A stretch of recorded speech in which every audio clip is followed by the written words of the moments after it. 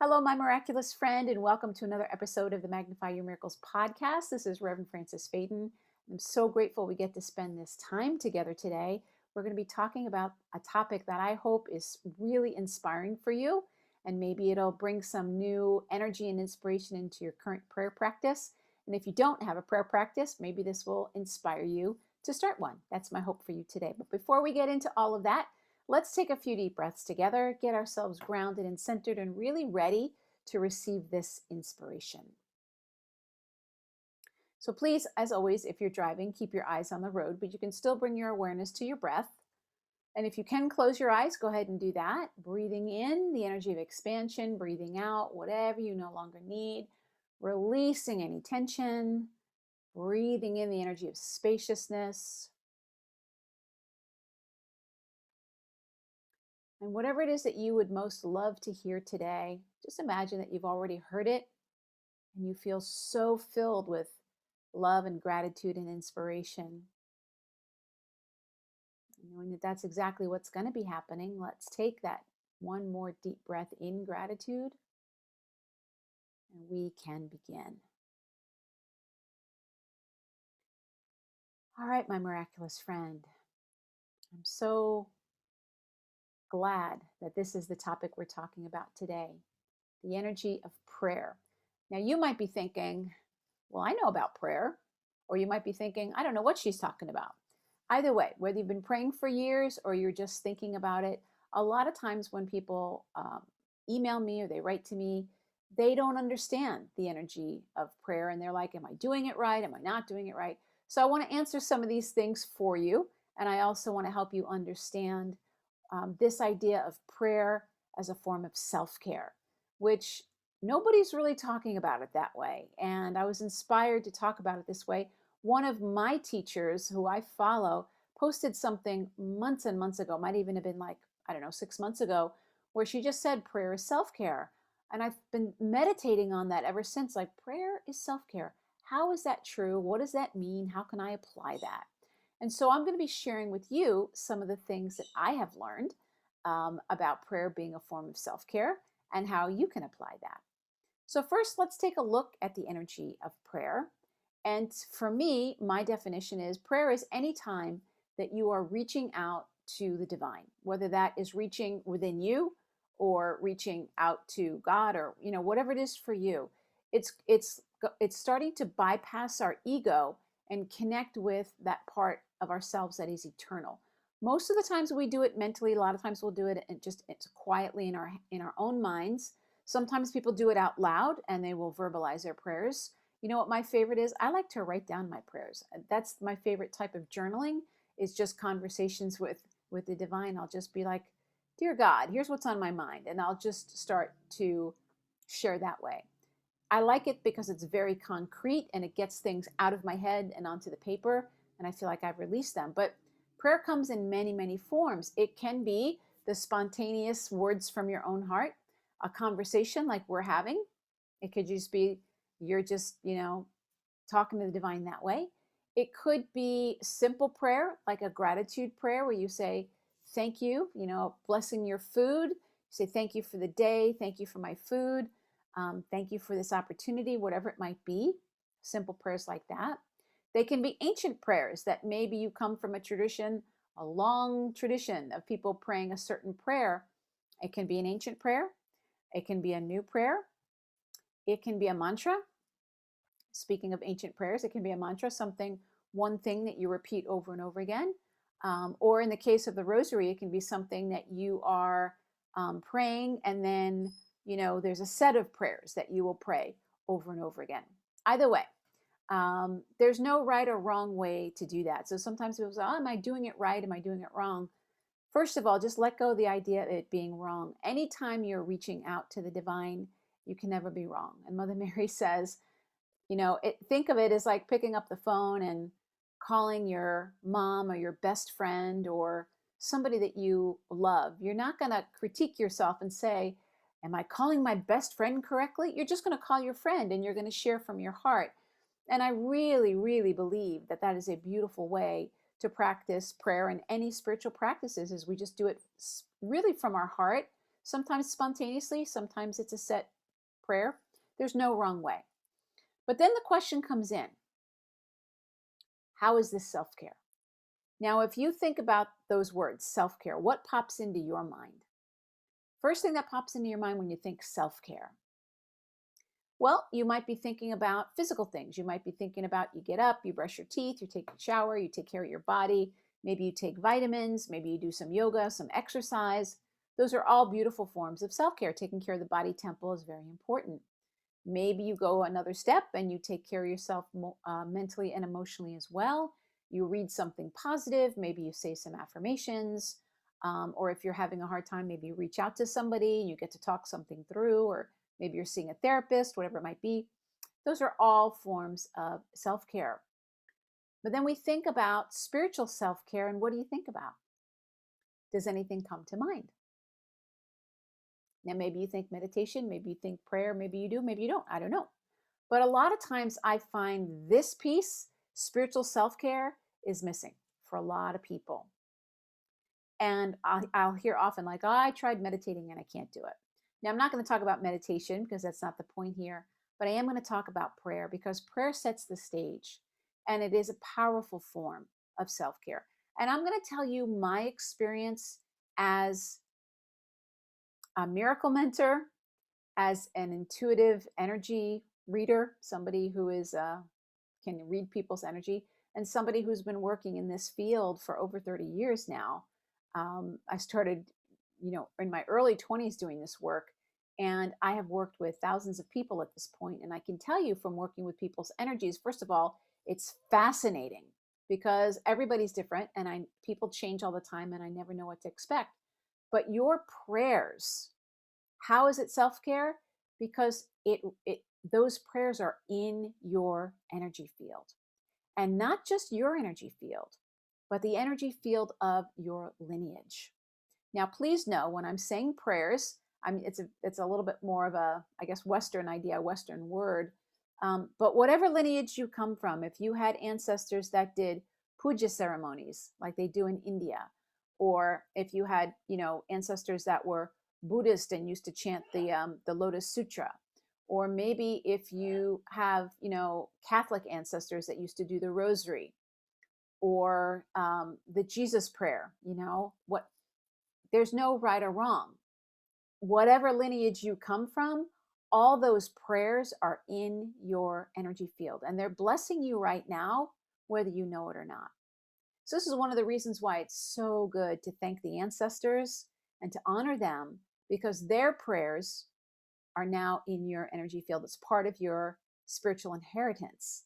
And I didn't know this until I started working with people and I started to see that this was true.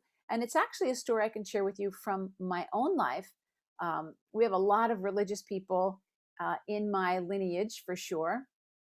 My grandmother, who had been a nun for, 10 years before she left and married my grandfather, who was studying to be a priest, and then he got married to my grandmother.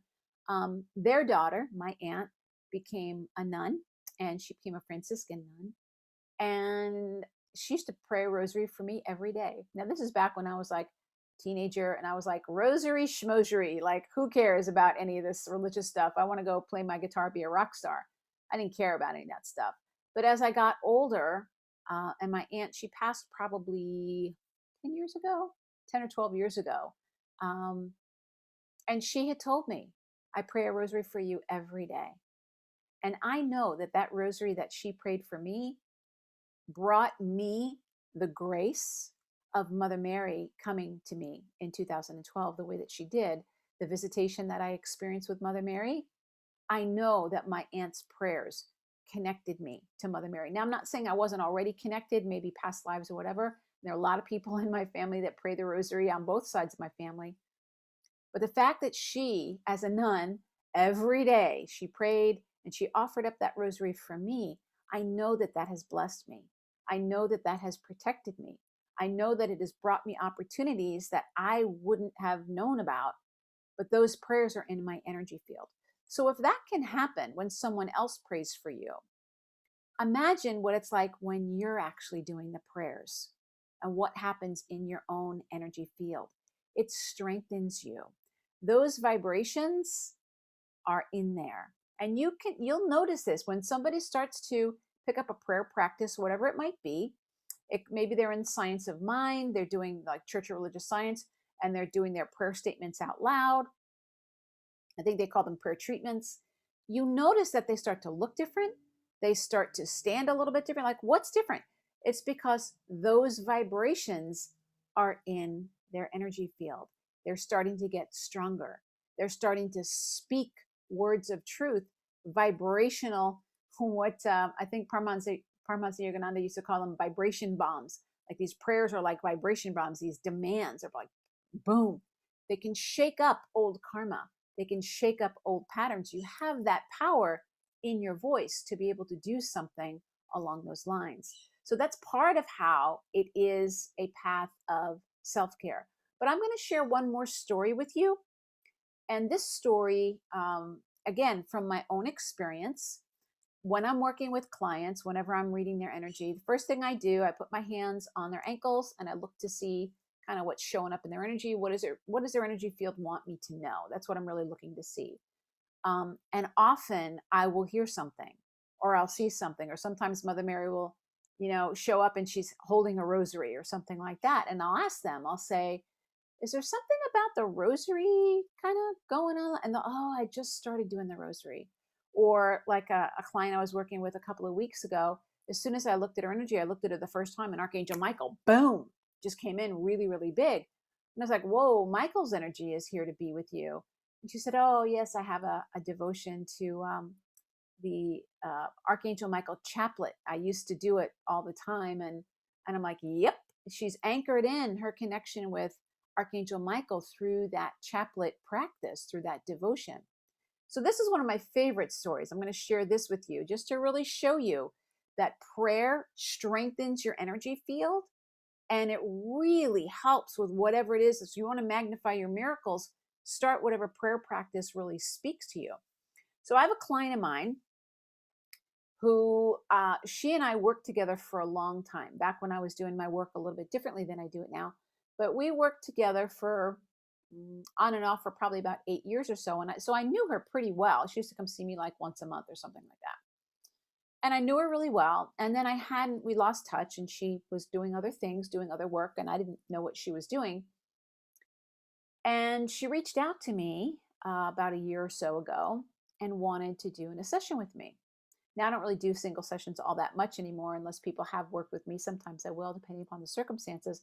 But I knew her, so I knew it wouldn't be like, working with somebody totally cold. It's like, okay. So I already had a preconceived idea of what it was to work with this person. And never before had I had anything, happen like what happened that day. So as far as I knew, things were just as they were. So I say my prayer.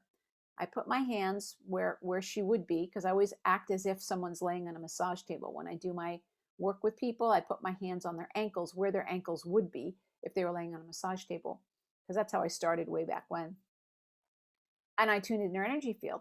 And the first thing I heard and I saw was the goddess Durga. Durga is the goddess sitting on either a lion or a tiger, depending upon which depiction. She's one of the 3 goddesses in the Hindu Trinity that is all about protection. She's just like, the Durga energy is so powerful. Whenever I think of the powerful divine feminine, I think of Durga. And so here she was, boom. And I could hear this mantra. I could hear it like, Om Dum Durgaye Namaha, in her energy field. And I was like, all right, Fran, are you like making stuff up here?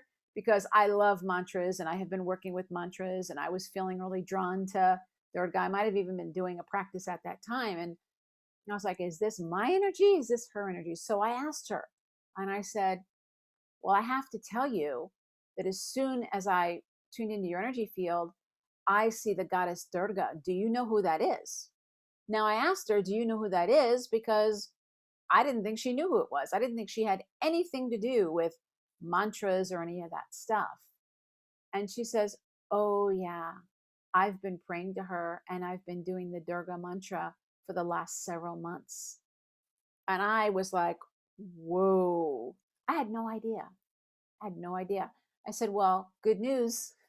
She's here and she's reinforcing your energy field. Like you have protection against whatever it is that you need protection against. You got it. And it was amazing to me because, again, I knew this person. I didn't think this person even knew about Sanskrit mantras or anything like that. I had no idea what her practice was. I hadn't talked to her in several years. And then, boom, I looked at her energy, and there was the energy of Goddess Durga. Now, I'm not Hindu, obviously. I was raised Catholic. I love all things from all religions because I'm an interfaith minister, and I do practice Sanskrit mantra. But I had no idea that this person, that Durga, was going to show up. Usually, Mother Mary shows up when I work with people. But she had been doing such a devoted practice and praying so much that her whole energy field was permeated with the energy of that mantra, which actually brought the presence of the divine in that form. I want you to hear that. Her practice brought the energy of the divine in that form. That's how powerful prayer is. So when you think about self-care, you're thinking about, strengthening your energy. A lot of us, I know you're probably a highly sensitive person. And a lot of times we think about protection, protection, protection. I'm going to say, go for strengthening, not just protection. If you're stronger, and prayer is one of the ways that you get yourself to be stronger. The other thing it does is it gets us beyond our ego. What is it that we're praying to? Well, you could think of it as praying outside of yourself. I'm praying to Mother Mary, but I always say to people, Mother Mary is an energy also inside of you. She lives in your heart. You can think that you're praying to Archangel Michael, but Michael is also an energy that is inside of you, the qualities of faith and protection and alignment with divine will. This is the thing. It's like both things are true. These are energies that exist outside of us, like the trees, and there are also energies that exist inside of us. I love when I see pictures of nature and you see things that are, they're obviously outside of us. You see like a tree. What do trees do? They help us to have oxygen. And then if you were to look at the structure of the lungs, the inside of the lungs look like what? They look like tree branches. So as above, so below, as within, so without. The energy of these great beings, do they exist outside of us? Yes, but they also exist inside of us. And when we're awakened, we get that there's no difference. Outside, there is no outside and inside. It's all just one energy. But until you're at that place, I encourage you to think that anything that's outside of you is also inside of you. So these energies that you are, when you're praying, you're really connecting with the eternal part of you. You're connecting to the part of you that is the divine. You're connecting to that part of you that's beyond your ego, beyond problems. The ego is very problem oriented, problem consciousness. Whenever you pray, you're giving yourself permission to go beyond what your ego knows, which is just the past, and it just knows problems. You open your mind up, you open your spirit up to hear a solution, to hear an answer. And that puts you in the energy. That's a beautiful self-care, to say, no, I know there's an answer here. Even if it looks like there's not one, I'm going to open myself up to that possibility. Now, the last thing I'm going to tell you is, as a form of self-care, is the energy of grace. Mother Mary talks about this all the time.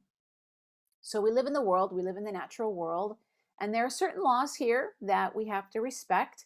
And there are even, metaphysical laws like the law of karma. But there's also the law of grace. And anytime that you connect with the divine, you build that relationship with divine, you start to build up a grace bank account, so to speak. You start to build up this energy that's not just protection, it's also loving, and it's caring, and it's wanting the best for you. And Mother Mary often says, look at everything that you could have had if you had only asked. If you would only ask.